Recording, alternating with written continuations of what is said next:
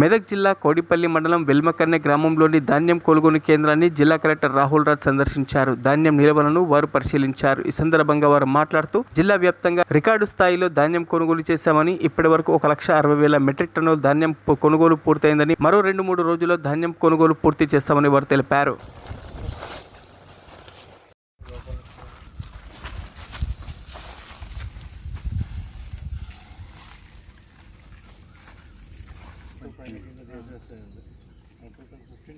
So జిల్లాలో మనము paddy procurement almost last స్టేజ్లకి రావడం జరిగింది. సో సంతోషించదగ్గ విషయం ఏంటంటే లాస్ట్ టైం పోల్చుకుంటే లాస్ట్ టైం కంటే కూడా ఒక 60-70,000 ఎక్కువనే మనం చేయడం జరిగింది. సో ఇప్పుడు నిన్నటి వరకు కూడా 2,60,000 మెట్రిక్ టన్స్ ఆఫ్ ప్యాడీ మొత్తం కూడా మనం ప్రొక్యూర్ చేసుకోవడం జరిగింది. సుమారుగా 300 సెంటర్లు మొత్తం 100% కంప్లీట్ చేసుకొని అవన్నీ కూడా క్లోజ్ చేసేయడం జరిగింది. సో ఇంకొక 100 సెంటర్స్లో నడుస్తూ ఉంది. అవి కూడా ఒక 3-4 డేస్లో మొత్తం అవన్నీ కూడా కంప్లీట్ చేసేసి సో టోటల్ సక్సెస్ఫుల్గా ప్యాడీ ప్రొక్యూర్మెంట్ అంతా కూడా ప్రాసెస్ కంప్లీట్ చేసుకోవడం జరుగుతుంది.